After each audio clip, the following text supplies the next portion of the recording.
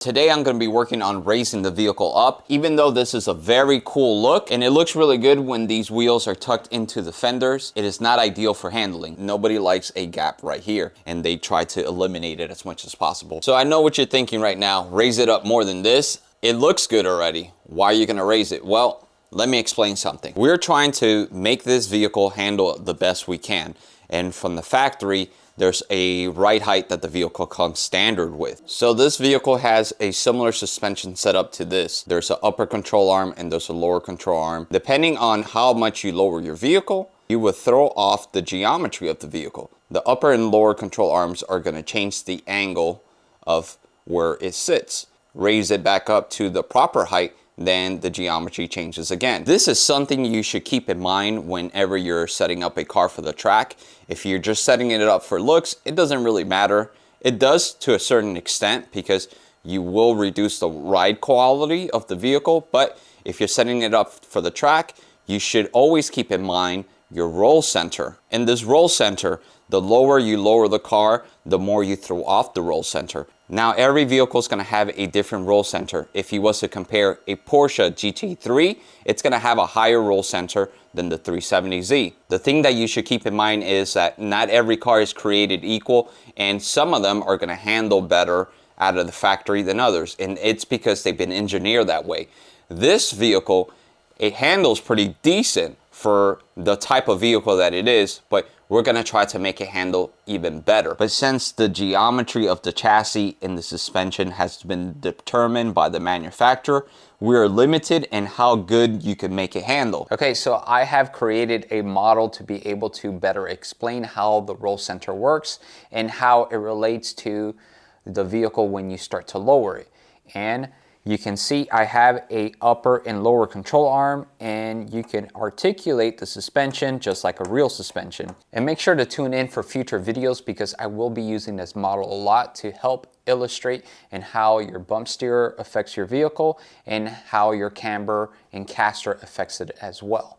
But right now I want to focus our attention to this upper and lower control arm.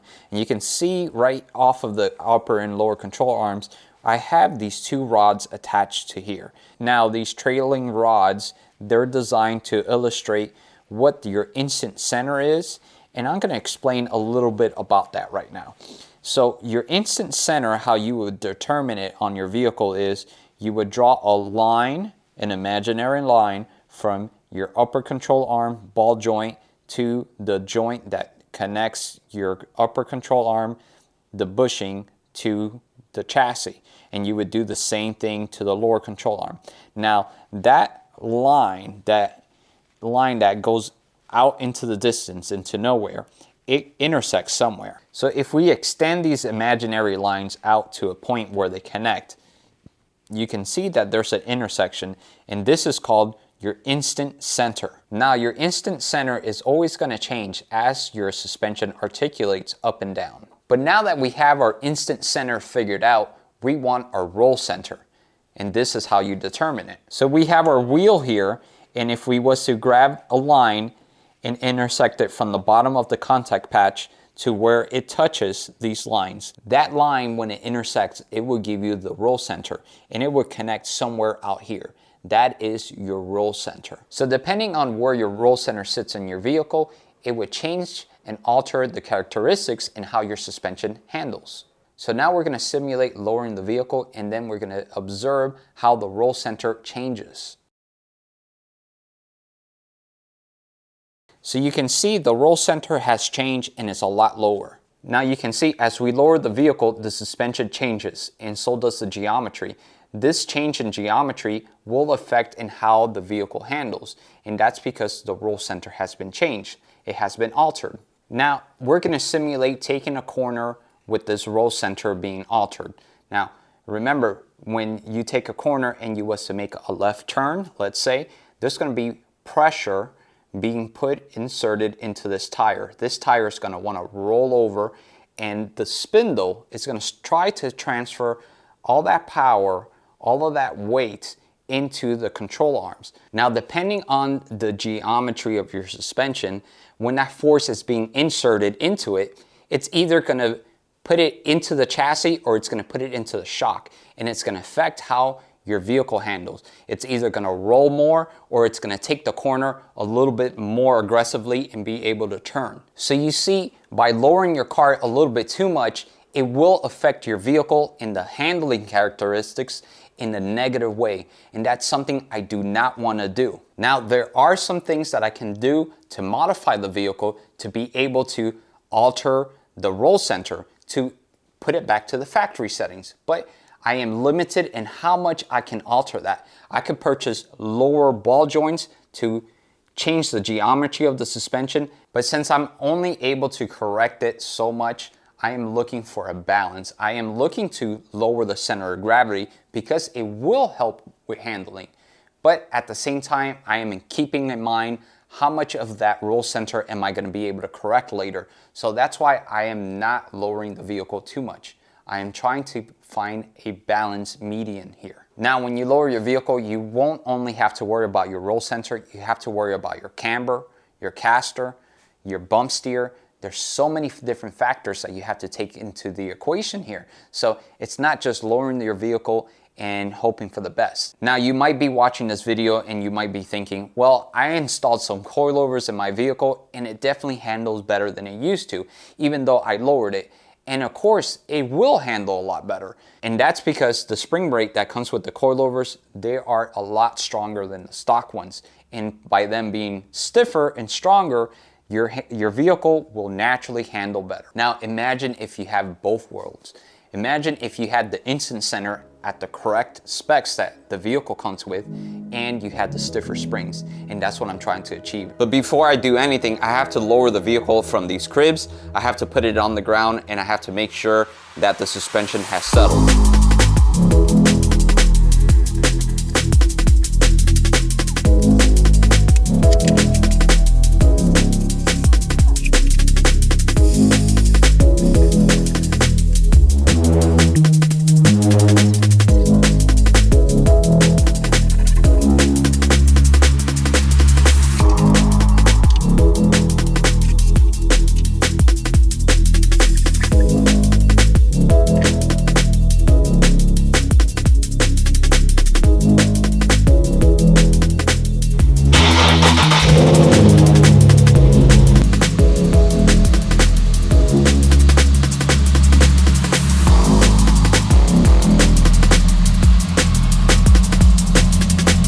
Alright, so now I'm going to take it for a quick cruise around the block to make sure that the suspension settles down, and then we're going to take some measurements and make sure we dialed in everything perfectly. Okay, so we just came back from a little trip and it handles a lot better. No surprise, all those components were busted, they were broken. I don't know what was going on, but we almost got it dialed up just right. Now, you can see that the front is way too low. That's too low. And then the back is a little bit higher. So we're gonna have to raise up the front. We're gonna take a measurement right now and see where we're at. And I'll probably go with 26 3/4 in the back, and then 26 1/2 in the front. So you want the nose to be a little bit lower than the back. It's only gonna be off by like 1/4 of an inch, but we're gonna have to dial that in. Let's see where we're at right now. So I'm measuring from the floor to the inside or the underside of the fender here, and what we have here, 25 5/8. So it needs to go up quite a bit. It's pretty low back there. It's pretty low in the front. So in the rear, I'm doing the same thing, and I think I'm dead on. I got 26 3/4. Probably 26 5/8, but I think I'm happy with that. I'm happy where it's at.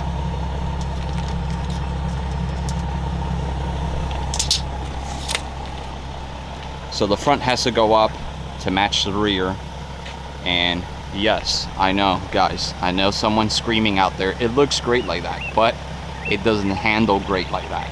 So we're gonna fix that, and I'm gonna show you how I do that.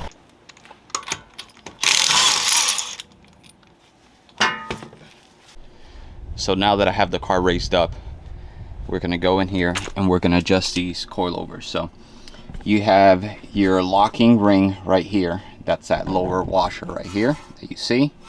That one is loosen when you want to raise and lower the vehicle. So when you're done, you got to make sure you tighten that, because I found those loose on this very same vehicle. Those were loose. So I'm going to go ahead and back that off, and then I'm going to start to twist the two in the top. Now the two in the top continue to be locked together. That keeps the spring from moving up and down. That adjusts your preload. We're not going to mess with that. We're going to mess with the ride height. And once I start to once I loosen the bottom and I start to spin this, the actual shock, the whole coilover, it's going to start expanding, and we're going to raise this up. And I'm going to take a measurement, and I'm going to make sure that this side matches that side. So whenever you're doing this, this is more of a trial and error. So you're going to raise it up a little bit, you're going to set it down. Once you set it down, you're going to check again and see if you have the proper ride height that you want. If you don't, then you have to do it again. And then once you figure one side out, you do the same to the other side. So every coilover set, it's gonna come with a spanner wrench. So they're gonna have two different sizes, a smaller one and a bigger one. And you can see we have a couple of them in here because we have purchased a couple of sets of coilovers before for the vehicles. So we're gonna use this to loosen those locking rings and lower and raise the vehicle. All right guys, I think I got lucky. The first try, I'm very close. I want 26.5, and right now I am 26 and about 3/8. So I'm just missing just a little bit more, and I could be right at 26.5. And you can see the ones in the rear are 26 3/4. So like I said before, you want the front to be 1/4 of an inch lower than the ones in the rear. So I'm gonna just adjust that just a hair and do the same thing to the other side, and we're good to go.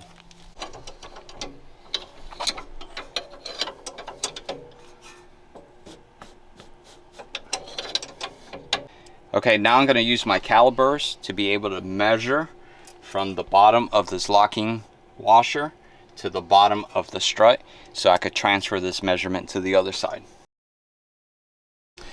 So by taking an accurate reading with a caliper, you're able to fine-tune the suspension to the correct settings. You could evenly lower or raise your vehicle. So always consider using a caliper. If you don't have one, you could use a tape measurement, but it's not as accurate, it's not as precise. So I am able to now insert this in the other side and not take a wild guess like it was done previously when we discovered this, of the proper ride height. We could fine tune it to where it's supposed to be. All right guys, so it's important that when you take these measurements, you try to center the tape measurement into the center of the hub. You line it up straight with the bottom of the rim and you have it against it. If you're measuring like this, you're not going to get an accurate reading. You want it as flush as possible, and you're going to line it up with the center of the hub to try to get it as close as you can to the center. And you can see we are almost dead on. We're practically there to 26.5. We might be a little bit shy of 26.5, but we're going to go with this. This is a good height, and we're going to move on to the next side. On this side, no, it's 25 3/4.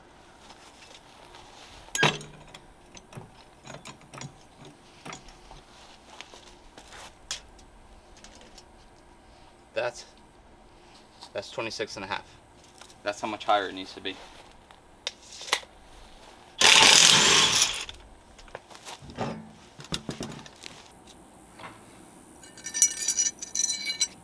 So now that I have adjusted the coilover and I could see and measured with the caliper, I'm going to go ahead and set this locking ring to the bottom, and we're going to set this the way it goes. Okay, we're good.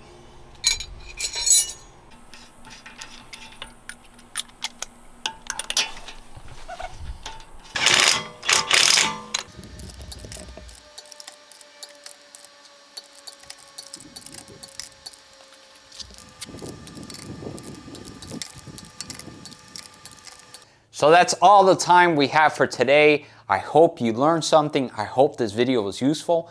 Thank you for watching. If you're wanting to continue following the 370Z build, definitely subscribe. And remember, we're gonna do a challenge. The 370Z, it's gonna go against the Turbo Miata. So you're gonna wanna tune in for that as we take them to the autocross and figure out which one is able to perform better.